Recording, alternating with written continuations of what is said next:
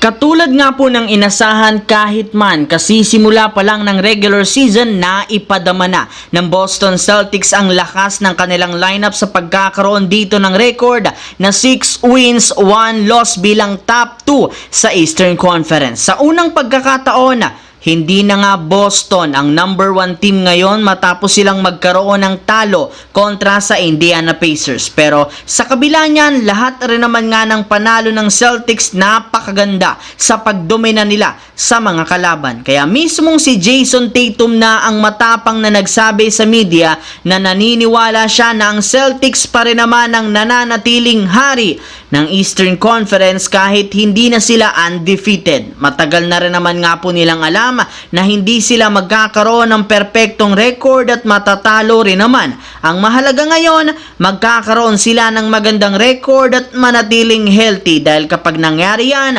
walang sino man ang makakatalo sa kanila pagdating ng postseason. Samantala, naibalita na nga po noong nakaraang araw na ayaw nga po ng Utah Jazz kunin si D'Angelo Russell sa isang trade mula sa Lakers. Ngunit hindi rin naman ibig sabihin nito na tapos na ang kanilang negosasyon dahil may ilang mga trade scenario pa nga silang pwedeng pagdiskusyonan kagaya ng kalalabas pa lang na balita tungkol sa trade ni Jackson Hayes at isang future first round pick papunta sa Utah Jazz kapalit si Walker Kessler. Dahil sa issue ngayon na hinaharap ni Jackson Hayes, posible nga pong gamitin na lamang ito ni Rob Pelinka bilang trade asset para makakuha o makuha ang matagal ng target na si Walker Kessler bilang sentro na maipapartner kay Anthony Davis. Hindi rin naman dito malulugi ang Utah Jazz dahil kahit hindi man syempre si Hayes posibleng kaharapin itong suspensyon,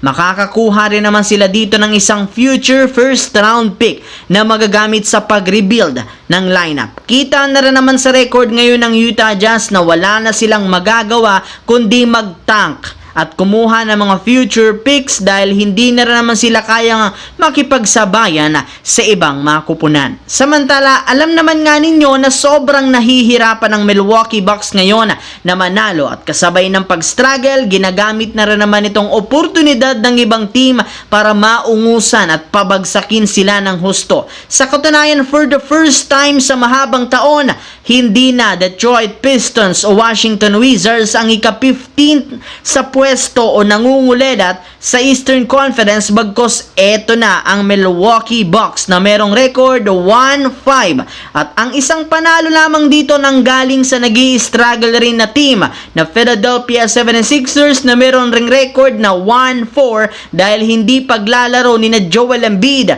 at Paul George. At ang mahirap pa dyan, nananatili para naman ngang matagal ang Bucks sa ibaba ng standings dahil ilang malalakas na kupunan pa ang kanilang makakatapat sa mga susunod na araw kagaya ng Cleveland Cavaliers, New York Knicks at ang defending champions na Boston Celtics.